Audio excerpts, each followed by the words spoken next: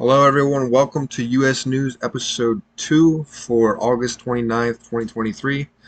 Today's topics, we have three as per usual. We have Trump arrested, Hurricane Idalia, and the Reholigan Debate. First off, we have Trump was booked, arrested, and later released in Fulton County, Georgia after Georgia election interference case. Trump surrendered to authorities on racketeering and conspiracy, among other charges. He had his now infamous mugshot taken after his fourth arrest since April. After he was prosecuted, he was released on a $200,000 bond agreement by the Fulton County Police. His date for arraignment has yet to be announced, and we will know his further arraignment date. Right. Trump had 18 co-defendants in the case, the majority of whom have already surrendered themselves to police, as well as his former chief of staff, Mark Meadows of the White House, who was also released on a $100,000 bond. An expected Category 3 Hurricane Idalia is expected to make landfall on the west coast of Florida on Wednesday, August 30th, 2023. Idalia strengthened from a Category 1 to possibly a Category 3 early Tuesday going into Wednesday, with sustained winds of up to 120 miles an hour at 8 to 12-foot storm surge. Hurricane watches and warnings are in effect all throughout the Gulf Coast of Florida, as well as evacuation orders and a state of emergency declaration by Ron DeSantis and Joe Biden himself.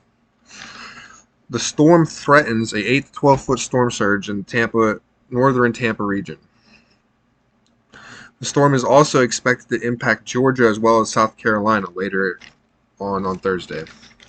Donald Trump chose not to participate in the debate and chose instead to go on Tucker Carlson's X.com interview instead, which has since garnered the most views on an interview in the history of interviews.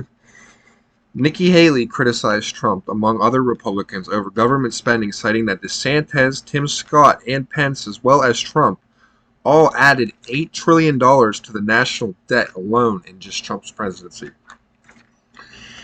The candidates debated on abortion. DeSantis said that he stands on the side of life, citing his 6-week pregnancy ban, aka the abortion ban. Nikki Haley also unapologetically declared that she is pro-life, and Tim Scott also reiterated that he supports a 15-week limit on abortions nationwide. All candidates said they would support Donald Trump except Chris Christie and Hutchinson if he was convicted on all his federal charges. Ramaswamy and DeSantis do not support an increase to aid in Ukraine, DeSantis stating that Europe should step up and do their job, and Europe should show their own support for Ukraine instead of the U.S. Ramaswamy grabbed the spotlight at the debate, saying that Trump was the best president of the 21st century, and on day one, he would pardon Donald Trump on all his federal charges and indictments. Now that comes after there's only been one other Republican president in the 21st century, being George Bush, so we'll see how that is.